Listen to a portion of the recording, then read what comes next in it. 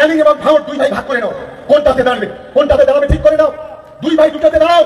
যদি দুই ভাইকে লেজের গোবরে করে হুগলিতে লোটা কম্বল নিয়ে না পাঠাতে পারি, আমার নাম শওকত মোল্লা নয়। লেজে গোবরে করে আমার হুঁশিয়ারি দিলেন কে কে দিয়েছে? শওকত মোল্লা। ও নটোরিয়াস ক্রিমিনাল ছুটে নেতার কথা আমি উত্তর দেবো? ভাবলেন আমার আমার লড়াই মমতা ব্যানার্জির বিরুদ্ধে। ওই ছোটখাটো নেতার বিরুদ্ধে আমি কথা বলি, কারণ কি জানেন তো, ওরকম নেতা ওই দলে প্রায় 500 আছে। 500 জনে যদি একটা একটা করে কথা বলে উত্তর দিতে গেলে তো আমার 500 মিনিট নষ্ট হয়ে যাবে। আমার লড়াই হচ্ছে একটা মাথার সাথে। আপনার ভাইকে এমনকি আরে ভাই, যখন ছোট ভাই গেলে সামলাতে পারছি না তাদের দলের নেত্রী, আরে বড় ভাই নামলে তো আরো বিপদ হয়ে যাবে। পরমাণু বোমা রাখা থাকে মারার জন্য, ওটা আমাদের পরমাণু বোমাটা মাথায় রাখে, ধ্বংস হয়ে যাবে যেখানে যাবে।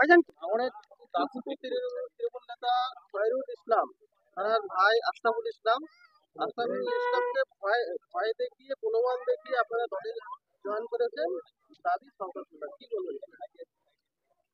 খায়রুল ভাইয়ের দাদাকে ভয় দেখাবে আইএসএফ এর ছেলেদের মিথ্যা মামলা দেবে, থানায় তুলে গিয়ে নিয়ে গিয়ে থানাকে প্রেশার দিয়ে সারেন্ডার করার চেষ্টা হচ্ছে, মিথ্যা মামলা দিয়ে আটকানোর চেষ্টা হচ্ছে। খায়রুল্লাহর দাদা বললেন যে তাকে আপনার আইএসএফ এর নীতি আদর্শ ভালো লেগেছে। সর্বোপরি যেটা বলেছেন ভয়ঙ্কর কথা, যেটা বাস্তব কথায়, যে ওয়াকফ নিয়ে যেভাবে তৃণমূল কংগ্রেসের দ্বিচারিতা আর সাথে সাথে প্রসাদ বিলি করছে জগন্নাথ ধামের, তাতে ধর্মীয় ব্যাপারে কোনো অসুবিধা নাই।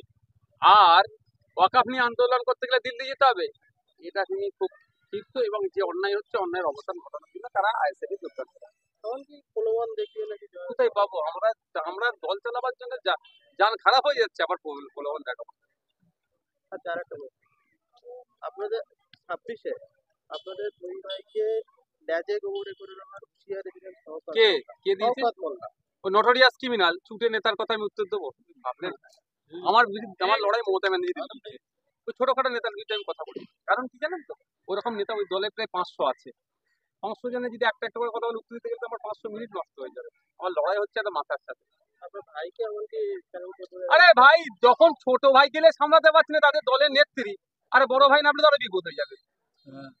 পরমাণু বোমা রাখা থাকে মারার জন্য, ওটা আমাদের পরমাণু বোমাটা মাথায় রাখে, ধ্বংস হয়ে যাবে যেখানে যাবে। ভাইজান কি বলবেন, 100%-এর মধ্যে আজকের এই চন্ডিহাটে 80% মানুষ আপনার সাথে সাথ দিয়েছে? 100% মানুষই আমার সাথে, যারা তৃণমূল করে তারাও এসবারে আইএসএফকে ভোট দেবে। দেখতে পাচ্ছে সেভাবে তৃণমূল যে নোংরামি করছে, নোংরামি জবাব দেবে, সেই জন্য মানুষ রাস্তায় নেমেছে। একের পর এক তৃণমূল কর্মীরা আইএসএফে জয়েন করছে, আরো বেশি করবে। আইএসএফকে ভুল বুঝিয়ে রাখা হয়েছিল, এখন আইএসএফ সম্পর্কে ধারণা পাল্টাচ্ছে। Thank you.